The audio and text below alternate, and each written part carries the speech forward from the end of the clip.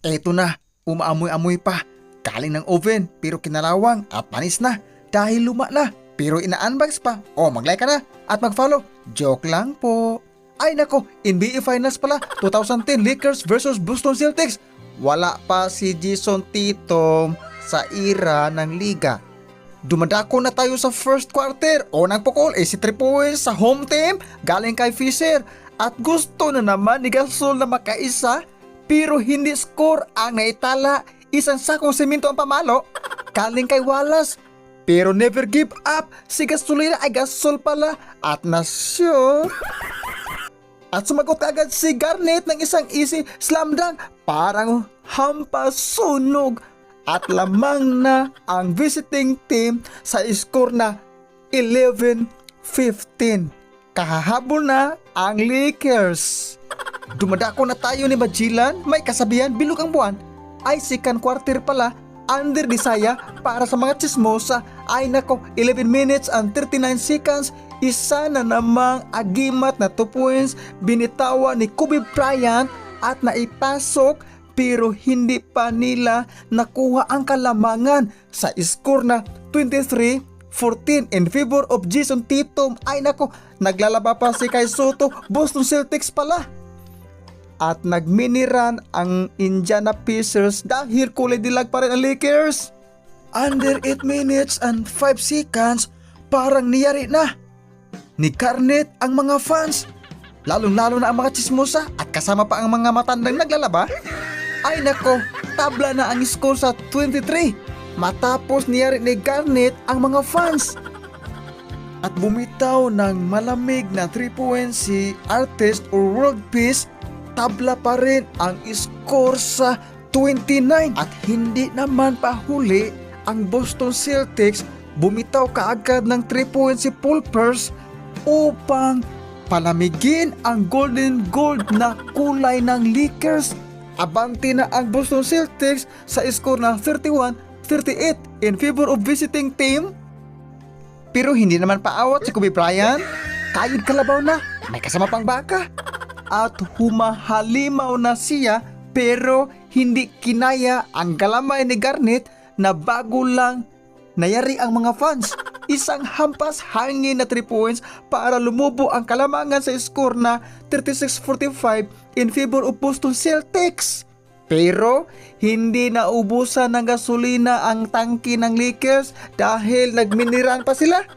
Well, dumadako na tayo sa third quarter.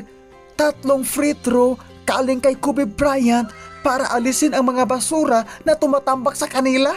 Ay naku, 1 point na lang ang hinahabol ng home team sa score na 59-58. Lamang pa rin ang Boston Celtics.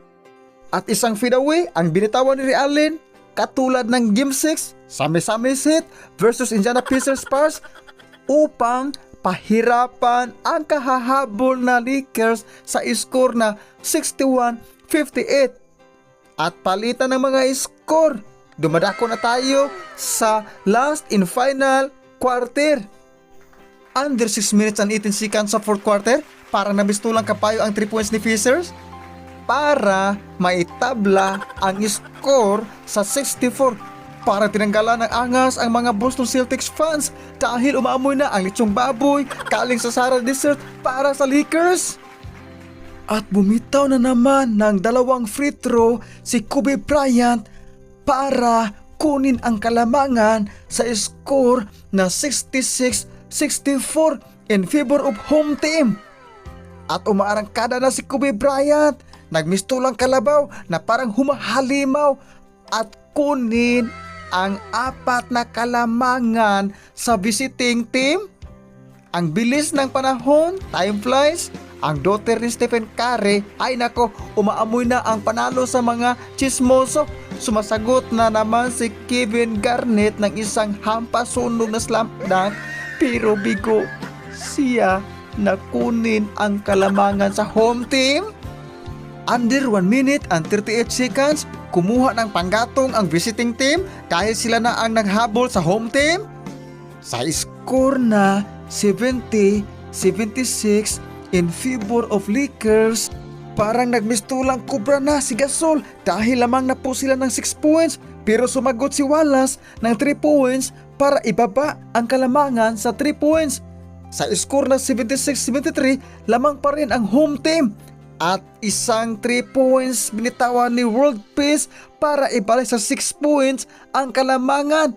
At sobrang intis na po ang labanan.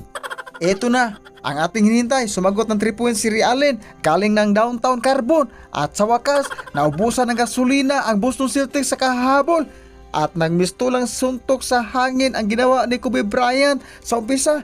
Pero bumawi siya at tuluyang niyari nila ang Boston Celtics sa score na 79-83. Panalo ang home team. Champion! Champion! Champion! Lakers NBA Finals 2010. Friday, OKC versus Pacers.